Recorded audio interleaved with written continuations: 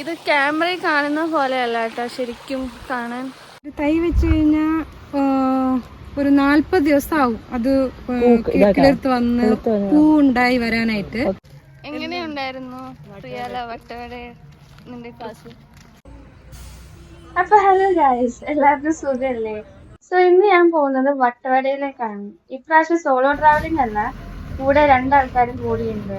ഞങ്ങൾ 3 പേരും കൂടെ എറണാകുളം KSRTC ബസ് സ്റ്റാൻഡിൽ നിന്നാണ് യാത്ര തുടങ്ങിയത്.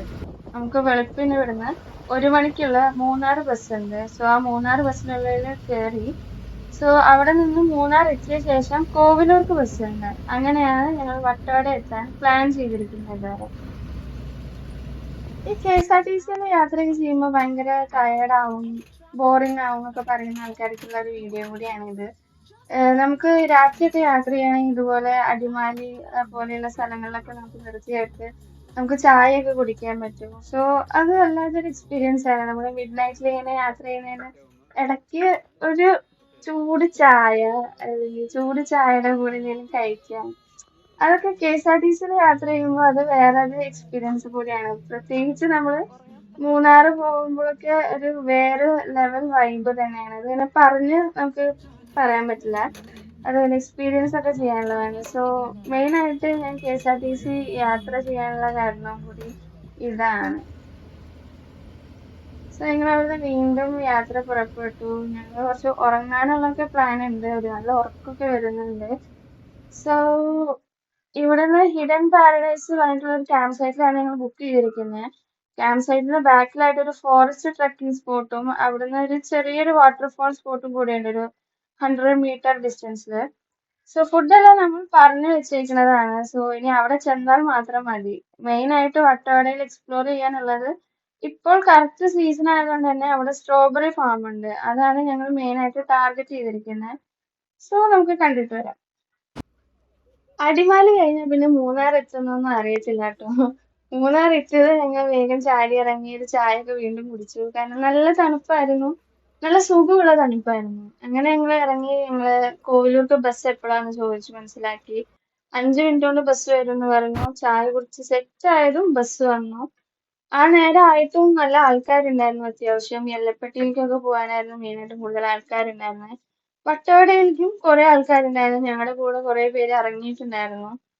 സോ ഞങ്ങൾ ഉറങ്ങിയില്ല. നല്ല ഉറക്കക്ഷീണം ഉണ്ടായിരുന്നെങ്കിലും ഞങ്ങൾ ഉറങ്ങിയില്ല. 2 സൈഡിലൂടെ നോക്കി കഴിഞ്ഞാൽ അനിമൽസിനൊക്കെ കാണാൻ പറ്റുമെന്നാണ് പറഞ്ഞത്. പക്ഷെ എന്തോ കാരണം കൊണ്ട് ഞങ്ങൾക്ക് കാണാൻ പറ്റിയില്ല. ഞങ്ങൾ കണ്ടില്ല കേട്ടോ അനിമൽസിനെ. പക്ഷെ ഇതുപോലെയുള്ള നല്ല വ്യൂസ് ഒക്കെ ഉണ്ടായിരുന്നു 2 സൈഡിലും. കോലൂർ ഇറങ്ങിയതും ഞങ്ങൾ വേഗം ഫുഡ് കഴിച്ച് അവിടുത്തെ ആൾക്കാരടുത്ത് ചോദിച്ചു മനസ്സിലാക്കി ക്യാമ്പ് സൈറ്റിലോട്ട് എങ്ങനെയാണ് പോകുന്നതെന്ന്. ഞങ്ങള് വണ്ടി എടുത്തില്ല, ഞങ്ങൾ നടക്കാൻ തീരുമാനിച്ചു. അത്യാവശ്യം നടക്കാനുണ്ടായിരുന്നെങ്കിലും നല്ല രസം ഉണ്ടായിരുന്നു, നല്ല വൈബ് ഉണ്ടായിരുന്നു. 3 പേരും കൂടി ഇങ്ങനെ ക്യാമ്പ് സൈറ്റ് വരെ നടന്നു പോകാൻ വേണ്ടി ഞങ്ങൾ അങ്ങനെ തീരുമാനിച്ചു. ഇപ്രാവശ്യത്തെ വീഡിയോ ഒക്കെ കുറച്ച് ലെങ്ത് കൂടുതലായിരിക്കും കേട്ടോ. ബിക്കോസ് ഐ തോട്ട് അവിടെയുള്ള കാഴ്ചകൾ കൂടാതെ എന്റെ അവിടുത്തെ എക്സ്പീരിയൻസും കൂടി ഇൻക്ലൂഡ് ചെയ്യാന്ന് വിചാരിച്ചു. ഞങ്ങൾ രാവിലെയാണ് ഇവിടെ ചെക്ക് ഇൻ ചെയ്തത്. വിളിച്ചു പറഞ്ഞിട്ടുണ്ടായിരുന്നതുകൊണ്ട് എല്ലാവരും സെറ്റ് ആക്കിയിട്ട് തന്നിട്ടുണ്ടായിരുന്നു. നോർമൽ ചെക്ക് ഇൻ ടൈം വരുന്നത് വൈകുന്നേരം 3 മണിക്കാണ് കേട്ടോ. ക്യാമ്പ് സൈറ്റിന്റെ പുറകുവശത്തുള്ള ഈ ഒരു കാട് ഇങ്ങനെ കയറി പോയാൽ നമുക്ക് കൊടൈക്കനാലൊക്കെ എത്താൻ പറ്റും. ഒരു ലോക്കൽ ഗൈഡൊക്കെ കൂടെ ഉണ്ടെങ്കിൽ പോകുന്ന വഴിക്ക് നമുക്ക് മയില്, പക്ഷികള്, മലയണ്ണം പോലുള്ള മൃഗങ്ങളെയും കാണാൻ പറ്റും. അതാണ് ഇവിടുത്തെ മെയിൻ അട്രാക്ഷൻ. സോ ഞങ്ങൾ എത്രത്തോളം നടക്കാൻ പറ്റുന്നു അത്രത്തോളം നടന്ന് കയറാന്ന് വിചാരിച്ചു. ഈ ഒരു കനാല് ടാർഗറ്റ് ചെയ്ത് ഇങ്ങനെ പോയി കഴിഞ്ഞാൽ ഞങ്ങൾക്ക് വഴി തെറ്റില്ല. സോ ഞങ്ങൾ കനാൽ എങ്ങനെ പോകുന്നു ആ വഴി കൂടെ ഞങ്ങൾ നടക്കാൻ തീരുമാനിച്ചു. കേരളത്തിൽ ആ സമയത്ത് ഭയങ്കര ചൂടാണ് കേട്ടോ എല്ലായിടത്തും. എറണാകുളത്തൊക്കെ നല്ല ചൂടായിരുന്നു. പക്ഷെ വട്ടവടയില് 11 മണി ആയപ്പോഴും നല്ല തണുപ്പ്, നല്ല സുഖമുള്ള തണുപ്പ്. അത് കാരണം ഞങ്ങക്ക് ഉറക്കം ഇല്ലാത്തതിന്റെ ക്ഷീണമോ നടന്നതിന്റെ ക്ഷീണമോ ഒന്നും ഉണ്ടായിരുന്നില്ല. പിന്നെ എനിക്ക് നല്ല ഇഷ്ടമുള്ള ഒരു കാര്യമാണ് ഇങ്ങനെ നടന്നു പോകുന്ന വഴിക്ക് നല്ല ഭംഗിയുള്ള പൂക്കളൊക്കെ കണ്ടു കഴിഞ്ഞാൽ ഓരോ പൂ വീതം പറിച്ചിട്ട് അതൊരു ബൊക്ക പോലെയാക്കും, ചെറിയൊരു ബൊക്ക പോലെയാക്കി അതിങ്ങനെ കൊണ്ട് നടക്കാൻ എനിക്ക് നല്ല ഇഷ്ടമാണ്. സോ ഞങ്ങൾ അങ്ങനെ നടന്ന് പാട്ട് പാടി പാട്ട് കേട്ട് അങ്ങനെ നടന്ന് ഞങ്ങള് അങ്ങനെ സ്ട്രോബെറി ഫാമിലേക്ക് പോവാന്ന് പ്ലാൻ ഇട്ടു. ഉച്ചയ്ക്കുള്ള ഫുഡൊക്കെ വന്ന് അത് കഴിച്ചു കഴിഞ്ഞപ്പോഴേക്കും അത്യാവശ്യം നേരം ആയിട്ടുണ്ടായിരുന്നു. ഞങ്ങൾക്ക് ക്യാമ്പ് സൈറ്റിലെ ആൾക്കാർ തന്നെ ഞങ്ങൾക്കൊരു സ്ട്രോബെറി ഫാമിന്റെ നമ്പറൊക്കെ എടുത്തു തന്നു. സോ ഞങ്ങൾ അങ്ങോട്ട് പോകുന്ന വഴിയാണ്. മുത്തൂസ് സ്ട്രോബെറി ഫാം എന്നാണ് പേര്. സ്ട്രോബെറിയുടെ എത്ര നാളായിരിക്കും ഇത്? ഒരു തൈ വെച്ച് കഴിഞ്ഞാൽ ഒരു 40 ദിവസം ആവും അത് കിളിർത്ത് വന്ന് പൂ ഉണ്ടായി വരാനായിട്ട്. പിന്നെ 3 മാസം കഴിഞ്ഞിട്ട് കൊറേ കഴിക്കാൻ തുടങ്ങും. 3 മാസം ആവും. പോയി കാണും. അവിടെ കണ്ടതിൽ വെച്ചിട്ട് ഏറ്റവും വലിയ സ്ട്രോബെറി ഫാം ഇവരുടേതായിരുന്നു കേട്ടോ. 1 കിലോ സ്ട്രോബെറിക്ക് അവർ പറഞ്ഞത് 600 രൂപയാണ്. സോ ഞങ്ങൾ 2 കിലോ സ്ട്രോബെറിയും അതുപോലെ സ്ട്രോബെറി വൈനൊക്കെ മേടിച്ചു. നമുക്ക് തന്നെ പറിച്ചെടുത്ത് കഴിച്ചു നോക്കി നമുക്ക് തന്നെ മേടിക്കാവുന്നതാണ്. നല്ല ഫ്രണ്ട്ലി ആയിരുന്നു അവര്. എങ്ങനെയുണ്ടായിരുന്നു പ്രിയാല വട്ടവട?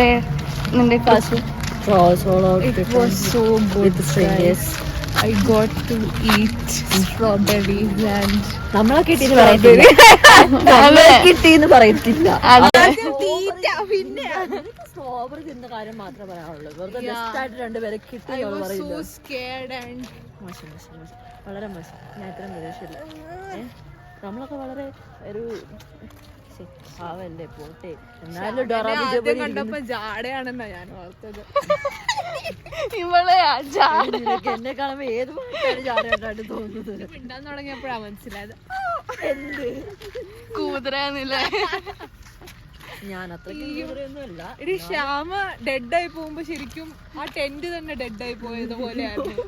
ശരിക്കും ഇവിടെ ഇങ്ങനെ ഒരു അത് ശരിയാ, സൈലൻസ്. ഇവള് ട്രക്കിങ്ങിന്റെ സമയത്ത് ഒരു ഫുഡ് പറഞ്ഞിട്ട് സൈലന്റ് ആയി പോയില്ലേ. വിശന്ന് കഴിഞ്ഞാൽ ഏത് ശ്യാമയല്ലാതായി മാറും. ഞാൻ വിശന്ന് കഴിഞ്ഞാൽ ഞാൻ അല്ലാതായി. ടൈമും ശ്യാമയാണ്. ഇപ്പോൾ 2 കിലോ സ്ട്രോബെറി എനിക്കുണ്ട്. സോ ഞാൻ ഇത് രണ്ടും വീട്ടിൽ കൊണ്ടുപോകുകയാണ്. സോ ബാക്കി വിശേഷങ്ങൾ പാർട്ട് 2 കാണും.